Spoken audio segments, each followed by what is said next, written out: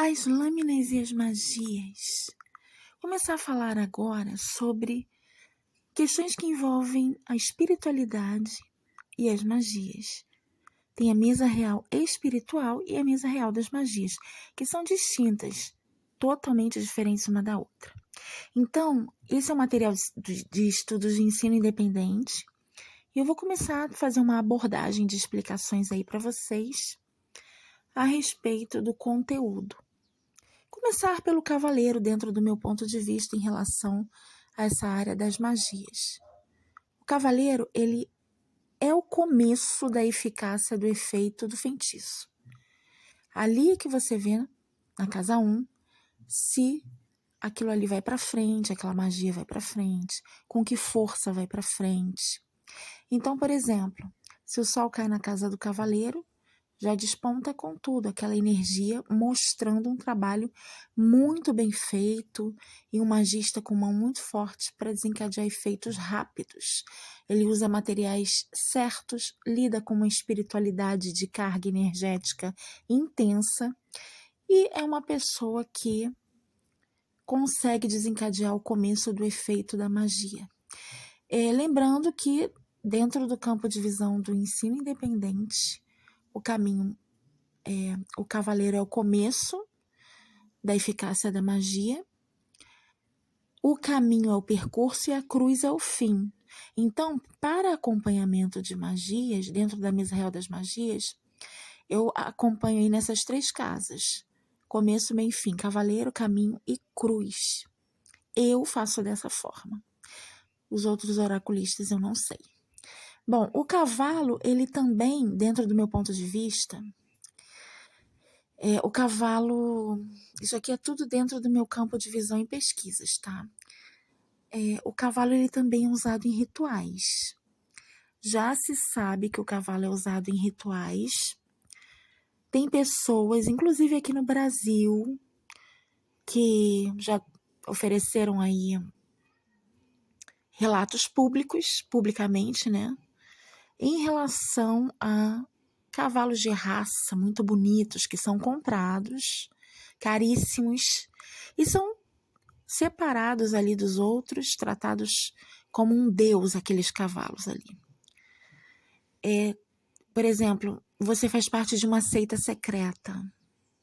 Só que essa seita secreta, ela não tem a ver com Umbanda, Quimbanda, Candomblé. Ela tem a ver com outro tipo de vertente religiosa, né? De cultura religiosa, digamos assim. São deuses celtas, outros tipos de deuses.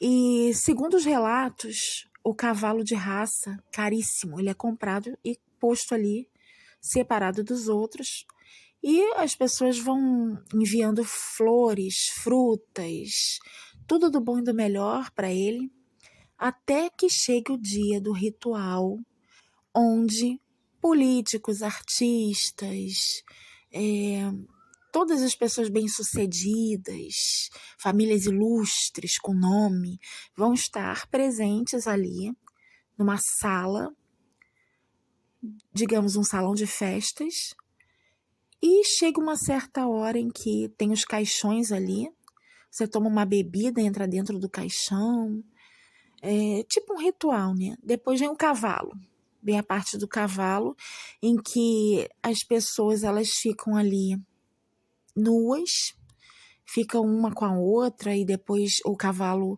a moça vem com uma faca, mata o cavalo, e quando o sangue do cavalo escorre, todo mundo que está dentro do salão voa em cima daquele sangue ali, porque aquilo ali é uma aliança com uma deusa de uma determinada cultura religiosa que traz sucesso, traz fama, traz cargos políticos para essas pessoas, entendeu? Então, os relatos que eu ouvi têm ligação com isso aí. Então, o cavalo, ele tem relação direta com a magia. Inclusive, esses relatos estão públicos no YouTube, tá? Então, o cavalo, ele também é um símbolo ligado a rituais. E o cavaleiro, ele também tem a ver com as pessoas que compram e preparam os animais para o sacrifício. Porque o cavalo, ele não está sozinho, ele está com o cavaleiro. E o cavaleiro é experiente na escolha, na compra e no preparo de animais para rituais e sacrifícios. Então, ele é aquele que sabe conduzir os sacrifícios de animais, ele é aquele que põe a mão, compra, recomenda o tipo de animal. E quem solicita o trabalho está tirando a vida do animal. É responsável pela morte de um ser vivo, responsável por fazer o pedido de derramar aquele sangue para ser utilizado como combustível no plano espiritual a fim de obter o que se quer. Bom, em relação a essas questões de adentrar nos estudos sobre religião, espiritualidade, isso aí vai fundo, né? Porque uma coisa puxa a outra. E eu não sou só escritora, né? Eu sou pesquisadora, porque se eu fosse só escritora, a maioria dos escritores de hoje em dia, de baralho cigano, pega tudo de orelhada, né? E coloca ali no livro. Eles não pesquisam, pegam tudo de orelha. E graças a Deus eu sou pesquisadora, eu gosto de pesquisar, eu gosto de, antes de escrever, eu gosto de ter certeza, eu gosto de pegar os detalhes, as informações, a veracidade para validar aquelas informações ali, a veracidade dos fatos para validar as informações. Então, eu vou muito a fundo em relação às pesquisas antes de escrever ou desenvolver qualquer tipo de material, porque o ensino independente é sério e tem vínculo com a realidade. Ali não tem nada plantado, nada inventado no ensino independente. É um trabalho sério de pesquisas. Então, tudo que está aqui nesse conteúdo do meu material ligado a essa área de espiritualidade, magias, é verídico. Tanto que é público, tá? E eu conversei com pessoas ligadas às áreas também. Eu já vou chegar aqui embaixo, né, para falar sobre isso e eu poder trazer esse material aqui para vocês, né? Bom, a Casa da Serpente, ela vai mostrar a entidade feminina da sua inimiga, aquela inimiga perigosa que você tem. Porque a serpente é peçonhenta e é do plano selvagem, então ela é vingativa. Já começa por aí. Então é a casa da inimiga perigosa. Por isso, a serpente ela anda sempre sozinha, ela não confia em ninguém. Ela anda sozinha. Você já viu a serpente andando por aí com alguém? Com as amigas, com a família? Não. Ela é solitária. Carreira solo, plano selvagem. E ela se baixa sozinha, ela faz as coisas dela sozinha, por sua própria conta e risco, mas ela tem experiência para fazer aquilo ali, tá? Então, a serpente, ela mostra ali a entidade feminina da sua inimiga perigosa, ainda que ela esteja distante de você. Então, na casa 7, você vê como ela usa a força e energia dessa entidade contra você. E na casa do urso, eu vejo o seu inimigo usando a entidade masculina dele contra você.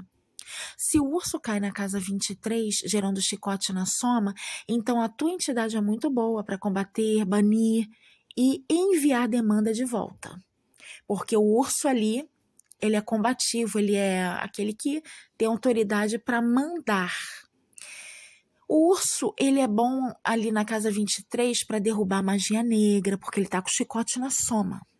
E está numa casa maléfica, que é a casa do rato. E urso com rato e chicote é magia negra certa. Então, o urso ali na casa 23, ele é bom para derrubar magia negra, confrontar a colônia de espíritos baixos.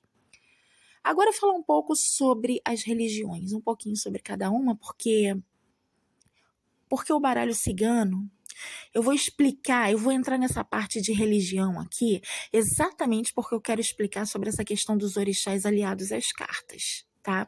E eu já vou chegar lá. Preste atenção no que eu vou falar. Isso aqui é um estudo sério. Bom, a Umbanda, ela faz uso de pretos velhos, caboclos, marinheiro, crianças. Na verdade, a Umbanda, a Umbanda, a essência, né? Ela faz uso disso aí. A Umbanda começou com os pretos velhos, os caboclos, marinheiro, crianças. Depois é que introduziram o povo de rua, porque eles não são dali, da Umbanda. Então, geralmente, A Umbanda usa esses espíritos aí para praticar boas ações, usa essas entidades de luz para praticar boas ações. E os pretos velhos na Umbanda hoje em dia, né, quando você vai fazer consulta lá, eles são muito água com açúcar, os pretos velhos. Eles só fazem tipo uma terapia ao invés de ajudar. Eles trabalham mais como psicólogos e não fazem nada. Hoje em dia os pretos velhos da Umbanda estão assim, mais água com açúcar, tipo igual psicólogo. Não ajudam em nada. O candomblé, ele faz uso de orixás, inclusive para ataque. Candomblé é orixá. Só que aqui no Brasil introduziram tudo, né? Mas o candomblé, ele é orixá. Então, existe ataque no candomblé por força do orixá, porque o orixá também faz ataque negativo. A quimbanda faz uso de Exus para magia negra e também concilia com o satanismo. Eles usam sangue de animais sacrificados como moeda de troca para movimentar energias no plano espiritual e desencadear essas forças de impulso por meio das entidades. Então você meio que paga um capanga espiritual para fazer o serviço sujo que você não pode pôr a mão. Então manda matar, destruir, fazer vingança, cobrar justiça com a tua sentença. Então 70% de quimbanda que se vê por aí hoje em dia é um lugar que atrai mais gente perturbada, maníaco, psicopata, assassino, bandido, enquanto os outros 30% da verdadeira quimbanda é separado. E é para quimbanda que os bandidos e assassinos correm para tomar banho de sangue com animais e se safar da polícia. Isso porque a quimbanda é uma religião libertária onde você pode fazer o bem e o mal. E, como eu falei, tem vínculo ali com demônio, satanismo. Quimbanda, você joga ali no Google, Quimbanda, para você encontrar satanismo é um pulo, tá? Eles fazem um vínculo. Como eu falei, a quimbanda, 70% da quimbanda não é a quimbanda verdadeira. Hoje em dia, para você achar quimbanda verdadeira, você encontra, com muita sorte, os 30% que tem. Frisando bem que essa questão aí de você colocar orixás nas cartas é um método de identificar por meio das cartas os acontecimentos associados ao que se passa com a pessoa. Porque o baralho não introduz arquétipos de orixás em seus símbolos para ver cabeça de ninguém, nem para associar fulano a tal nome de entidade. Então, não solicite leitura de cartas de ninguém que pega nome de orixá como com estudo assim de ouvido, né? A pessoa ouve falar, né? Pega o nome de orixá com estudo de ouvido e associa ali nas cartas para interpretar dizendo que te representa ou tem a ver com alguma situação na tua vida. Isso é marmota, tá? É marmota. Não faça isso. Para ver orixás e ter resposta direta deles e do povo, do povo de rua, você deve procurar os búzios, que é um instrumento oracular pertencente a eles. E outra, associar orixá com baralho cigano não tem compatibilidade simbólica entre os arquétipos de personalidade e comportamento dos símbolos com os arquétipos de personalidade e comportamento dos orixás. Então, quem afirma isso tem que provar dentro dos fundamentos de pesquisas simbólicas e religiosas essa validação de associações. Porque se você não pode provar, então não divulgue fraude de texto e descrição simbólica, se apropriando de símbolos de origem europeia para adaptar as suas crenças religiosas com fins comerciais.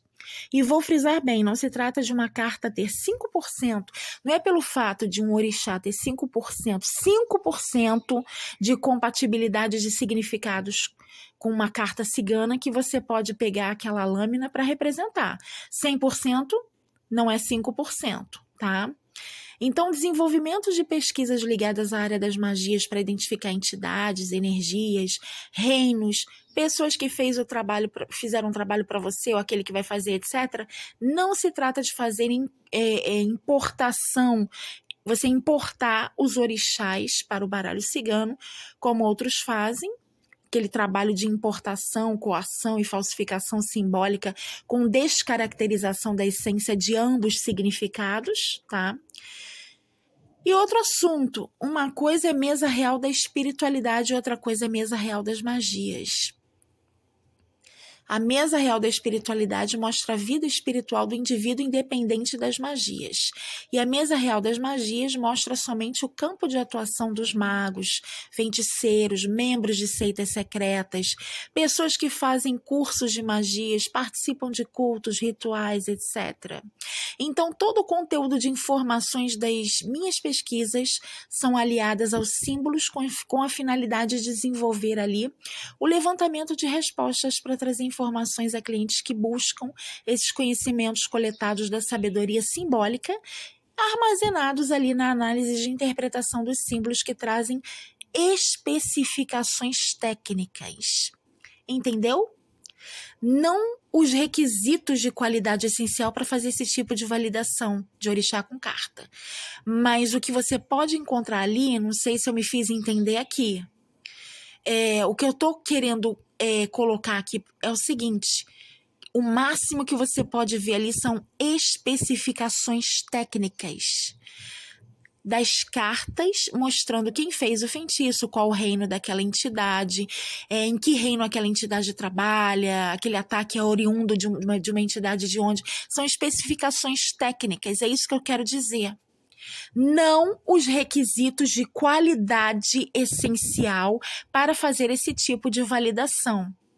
Então, por exemplo, a pessoa está recebendo um ataque feito com matança de bichos oriunda de uma entidade da Calunga.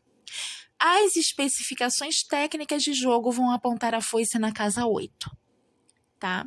Matança de bicho de 4 patas, porque o cão vem na soma. O cão é só uma representação, tá? De um animal de 4 patas, ali. Então, é uma especificação técnica. Umbanda, Espiritismo e Espírito Santo são representados pela carta do lírio. Candomblé e Quimbanda são o chicote.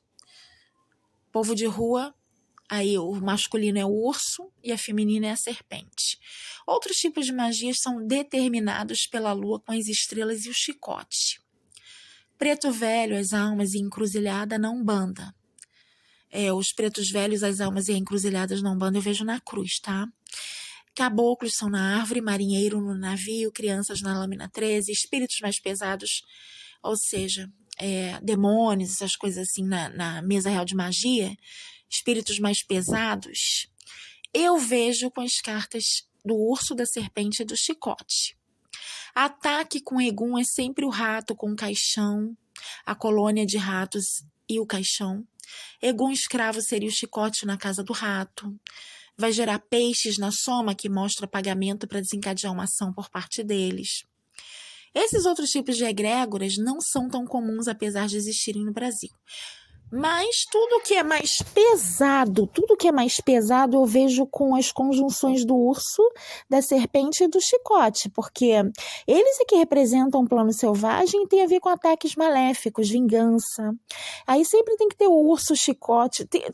Para ataques assim maléficos, sempre tem que ter o urso e rato no meio. Vingança sempre tem que ter chicote e serpente.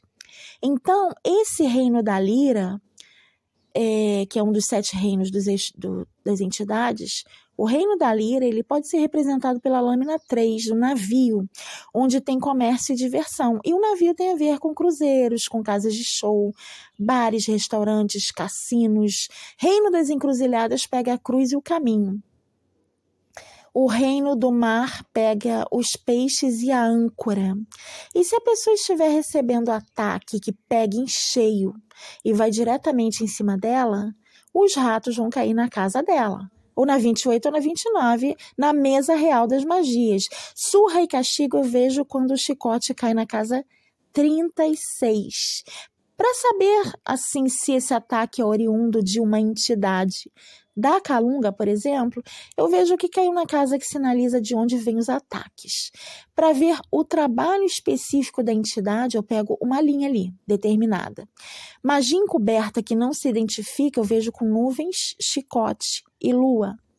Não preciso adicionar cartas para ter certeza, para completar informações.